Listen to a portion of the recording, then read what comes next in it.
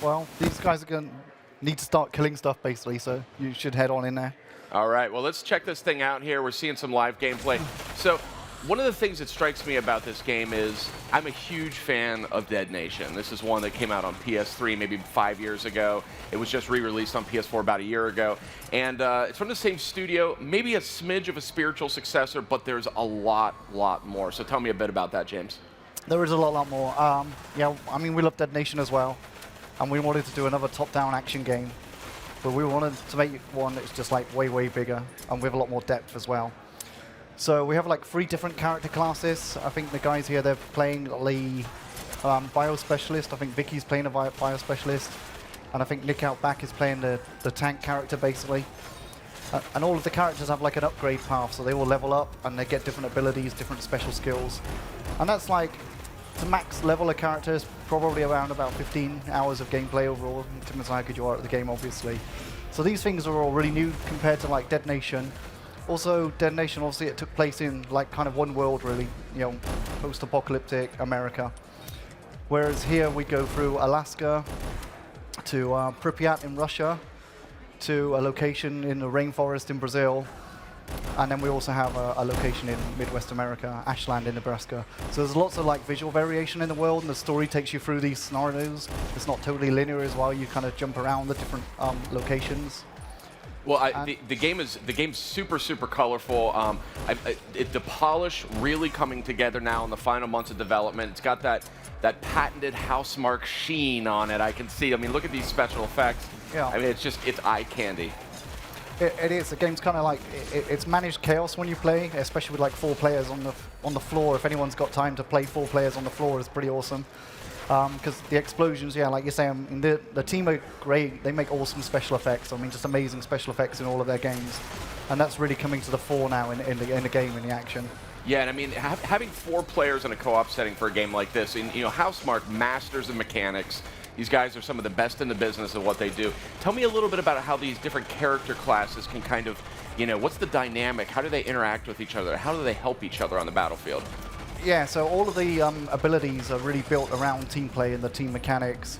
So I think we just missed, actually, but you have one special ability that you can cast to any other character within your line of sight effectively. So the tank character can cast like a shield, and you can upgrade that shield in various different forms as you go through the upgrade tree. But he will cast that shield to like other characters in range of him, and so all of the characters will have the shield that deflects bullets and protects you, basically. Later on, you can get like the big shield on the tank character, and then the other guys can like tuck in behind him and use it that way. The bio specialist's like cast skill is healing, effectively heals the whole squad. And the saboteur casts invisibility. And you can actually cast all of these skills to all of the players at the same time, and then it gets really crazy, and you can start to do all kinds of different things, really. So you can go invisible with shields, and then just dash through a whole bunch of enemies, kind of leave those behind sometimes to get to the next area. But yeah, you mix everything up is really the key to the game, and it works really well. Now, another thing that really, my ears perked up when I heard this is there's a ton of loot in this game. There's weapons, there's all kinds of stuff. So walk me through, from a loot perspective, what we can expect to find on the battlefield here. Yeah, so a lot of the inspiration, like I said, was to build just a way deeper game. I mean, this is Housemarque's biggest game that they've made. So the weapons are loot. We have power cores, which upgrade the weapons. And then there's obviously the basics like ammo and health and things like that drop as well. But the depth in the weapons, so the weapons that you get spawned are relative to your player level. So if you're like, I think the guys are about level 15 right now, they may get a level 13 to 17 weapon. And then each weapon has different rarity levels as well, from the common through to legendary. The legendary ones have like perks, and they also have more core slots that you can upgrade with the power cores. And you can combine power cores to make more powerful power cores.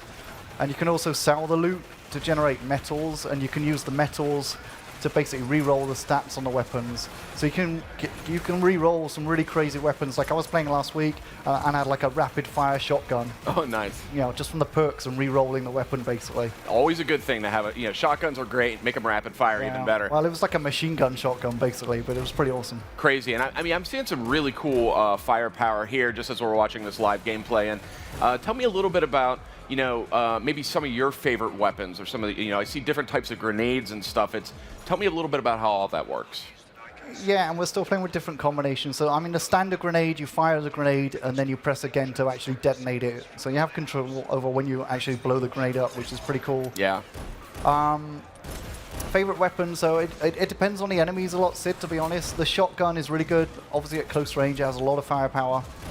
And so there's one enemy type that can like teleport in and just like teleport right in your face, basically, and will almost like insta-kill you if you don't deal with that quickly. So the shotgun's really good for that guy, the stalker enemies, basically, and especially the melee stalkers. Other than that, I really like one of the skills on the Saboteur. He has like an airstrike, so if you have like lots of enemies, you can like paint all of these targets up, and then just this barrage of missiles comes in and blows stuff up. That's pretty cool. What are we seeing here? This electric sort of, this electric ring that's going around the characters. What's that about?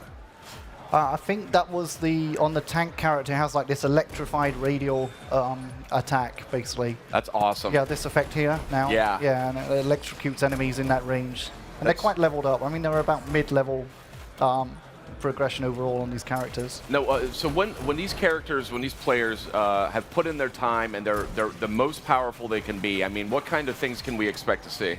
You can pretty much blow up like almost the entire, you know, just destroying the world and just craziness going on everywhere. I mean, one of the things we've really gone to town with, we wanted like Hollywood explosions and Hollywood enemies flying through the air all of the time. And I think, you know, you compare the cars when they blow up, these guys, these combustor enemies, they always explode and take stuff out in the radius behind them.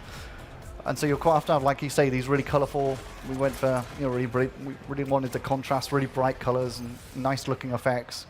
But like the body counts get pretty ridiculous. I bet. Yeah, I mean, this visually very, very elaborate. I mean, this is a good-looking game on PS4. And then tell me a little bit about co-op. Clearly a focus here. Is it online only? Are you guys going to have any couch settings or?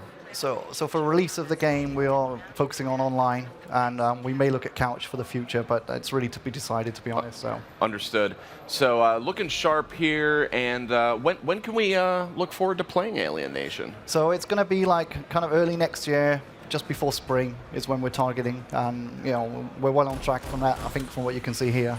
All right, guys, this one is on my radar in a big way. Of course, it's Housemarque. It was one I was already keeping an eye on. But thanks so much for coming by, showing off Alienation, coming to PS4 exclusively.